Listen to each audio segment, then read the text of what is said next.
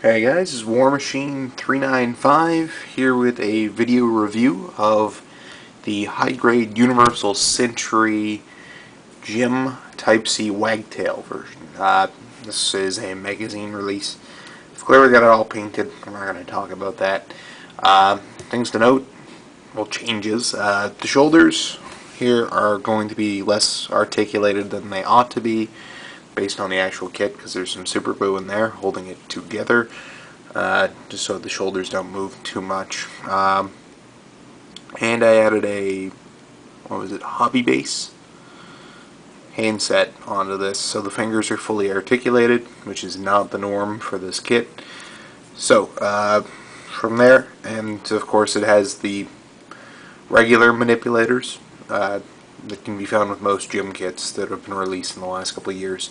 It has the full set. So if you want to look at any recent gym kit, like Gym Sniper 2 or the Gym Type-C, for example, it would probably have the same set of manipulators. Okay, so from there, a few other things to note. From the Type-C, the legs are of course a little bit longer, and it doesn't really change articulation so much. The elbows still get this much of a bend, 180 I guess, pretty much. And because of the hands I installed, I can touch the shoulder rather easily, as if to draw the beam sabers hiding in the shoulder armor. The head is capable of the chicken movement, so to speak. Alright, and it can rotate side to side. Not the whole way around, because the chin is actually quite a bit longer than before, and the collar is a little too deep for it to get around, okay? So, just side to side in like 30 degrees either way, and it can nod, as before, not too bad.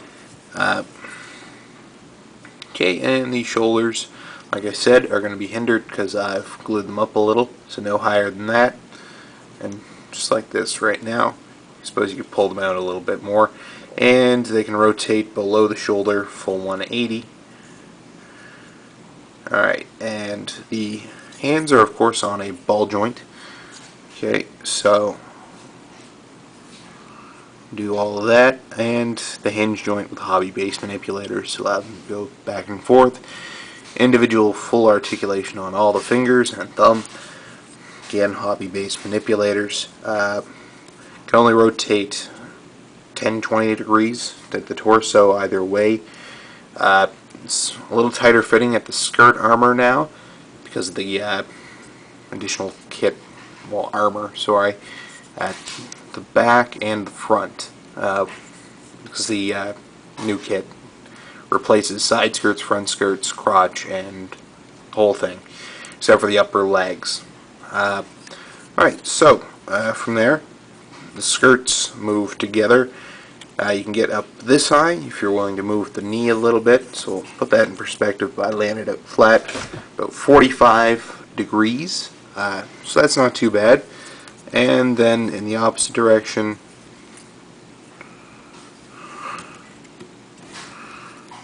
a little less, I'd say, maybe 40 degrees. Not a huge difference, really. And of course, lay the legs out straight. And then the bend for the knees is probably a little better than 90. That's pretty good. Adds a little bit of armor back here, but otherwise it subtracts a bit here. So I think it's a slight improvement on the old kit in terms of knee articulation. Side to side at the ankle is pretty good. It's easier than it was before because it loses the ankle guard. Move forward just a little bit, and of course the toe comes out separately, just like that, and it can move back that far, forward that far. Not a huge amount. Alright, from there, let's see here. So that is the base kit. With the original Type-C kit, you get a fantastic looking bazooka. Tried to seal the seam lines and I painted in the blue scope, so that's not too, so you can see that works pretty well. Also with the original Type-C kit comes the bullpup machine gun. Alright, no moving parts on that. I forgot to mention the handle moves on the bazooka.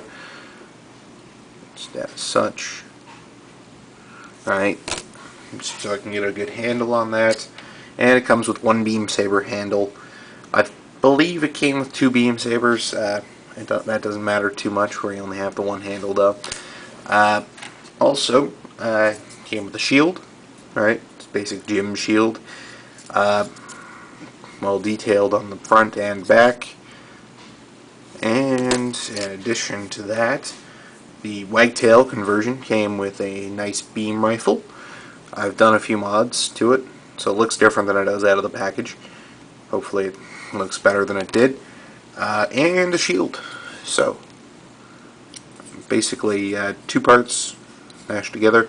It's like the other shield. And the arm attachment, and they came with the basic Type-C kit. Alright, so that's it. For weapons, we'll try and show you how those click on. Shield, of course, the beam sabers inside the shield do not come out. They are permanently there on the shoulders as well. So there is no longer a place to store the beam sabers on the kit anywhere. Alright, from there, so it can only hold it in hand if you want it to have that beam saber. Otherwise, you're going to have to find someplace else to put it. I have so far actually been posing it with the bullpup in one hand and the beam rifle in the other. So it's like my favorite pose with this guy, I guess. It's a little hard to cope with the hobby-based manipulators on camera. This camera gets in the way a little bit. It actually holds the bullpup extremely easily by comparison with the beam rifle, which is a little more difficult to handle. The bazooka, of course, being the worst of the three weapons, ranged weapons, sorry. And so that should be a good idea of how well. And it poses pretty well, of course. And you can interchange with whatever shield you like. I kind of tend to prefer the Wagtail shield. And for size comparison, I've got two other kits along with me. The Gym Cannon 2, which has its knees bent, but it's good for a measure of bulk. And one of the longer-legged gyms is the Gym 3. So for height comparison, I'd say the Wagtail actually stands a hair taller than the Gym 3. Let's see if I can get it back to back here. Yeah, just a hair on the head. Just slightly from my perspective. It's very, very minimal difference in height.